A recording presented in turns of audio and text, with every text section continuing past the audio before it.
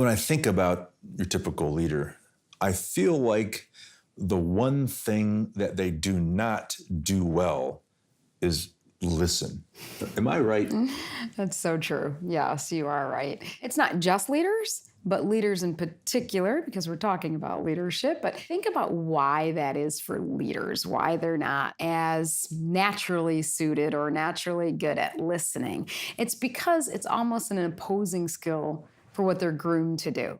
They're groomed to know the answers, to be able to really be confident with things. And so, in doing that, that's almost an opposite skill of listening. And it's interesting, too, just from any level, that we don't really get a lot of training on listening. We get a lot of training in school and college in speaking.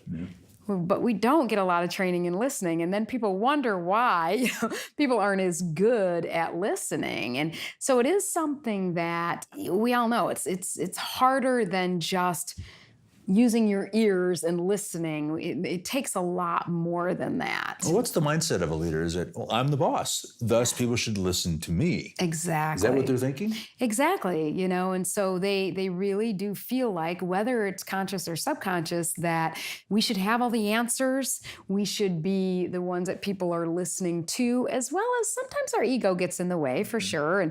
But even more importantly than that, it's more, at least in my experience with leadership, leaders really do feel like they need to be the go-all, the go-to kind of person. And so, Well, we expect them to help us understand the vision, but there's a real importance to them listening too, because that can help provide feedback to drive the organization forward. the biggest reason why leaders should listen, first of all, we think, okay, it's so that we know all that we need to know through listening. We're gathering information.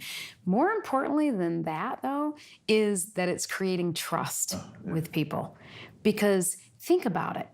When you feel listened to, it makes you feel like, wow, that person really cares. And I'm part of this. You're part of this, yeah. And it kind of connects you with that.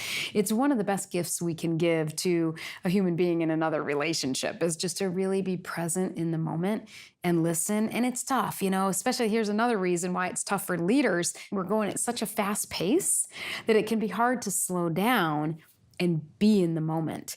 And that's something that some of us need to practice, because, our minds are usually in one of two places. We're either thinking about the future, everything that we should be doing, everything that we have to do, or our minds are in the past, the shoulda, woulda, coulda, and regretting things instead of being in the moment. It's not that we don't take a quick trip to the future and we look at the vision and we know all the things we have to do, and we look at the past and we learn from our mistakes, but it's that we need to spend more time in the present moment. And if we can learn to do that, there's some exercises you can do to learn. Well, how do we do it? I mean, you said we don't get a lot of training in this, and you're right. Now that I think on it, how do you become a better listener? First of all, it is about learning to be able to be in the present moment. And with anything, we have to know, why would we want to do that? Because if we don't understand the why behind it, what's in it for us to be present in the moment, we're going to think things like, oh, it's going to take too much time and energy. I don't have the time to really be focused in the moment. So first of all, we have to think, if I'm present in the moment with someone, it's going to it's actually more efficient, because we really can't multitask. So if we think we're listening and we're doing this, we're missing too much of it. And then we're going to end up later having to figure out what it is that we didn't hear. So it's going to be more efficient to spend the time up front, listen fully.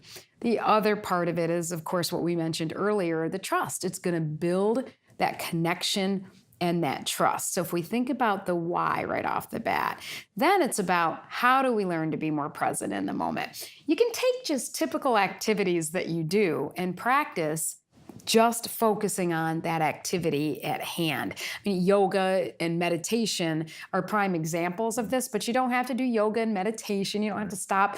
You can do it with any kind of activity that you do throughout the day. So let's start with brushing your teeth, Safe to say most people brush their teeth in the morning. If you're practicing being present in the moment, think about what you're doing when you're brushing your teeth. It's actually kind of weird when you start doing it because it's like, well, I'm running around the house doing everything while I'm brushing my teeth. And I'm not saying that you shouldn't do that. But if you want to practice being present in the moment, this is a great one to do because you don't think about brushing your teeth and just think about every tooth and what it feels like and how many times your mind will stray from that, and you practice bringing your mind back to it. That's practicing being present in the moment. Driving is another activity. For many of us driving vehicles, I drive somewhere and I get there and I don't remember even how I got there. Sometimes my mind is not focused on, and it's kind of crazy. We're all out there on the road together, right? Not even safe.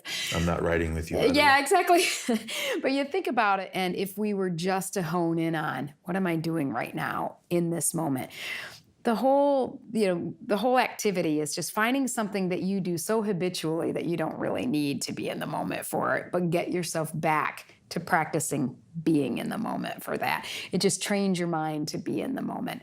Nature is a good way to get ourselves in the moment too. So say you do have a conversation that you need to have with one of your members on your team, and you know that it's going to be important to really be in the moment and connect with them. Take 10 seconds, 20 seconds, look at a plant in your office. Think about the leaves. Think about how it goes down to the root.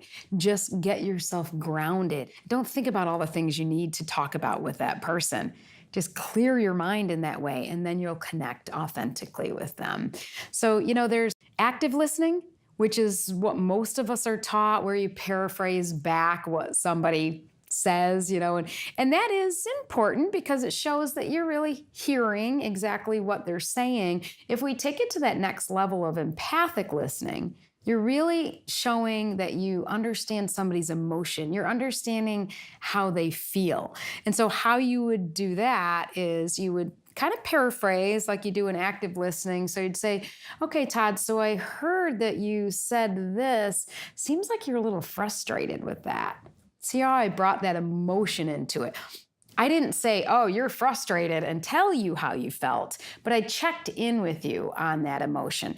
This is such a powerful technique because it's showing a level of emotional intelligence that you have. Emotional intelligence is one of the most important skill sets that a leader needs to master to be really effective in order to get people to connect with them. So emotional intelligence is about, first of all, knowing how you're feeling and being able to manage those emotions, and then taking it to the level of seeing and recognizing how you might be feeling and being able to help you manage those emotions. So empathic listening is a piece of that. It helps us to kind of connect in that way. And it really helps us to have the other person feel like they're being heard and they feel like they're a part of this.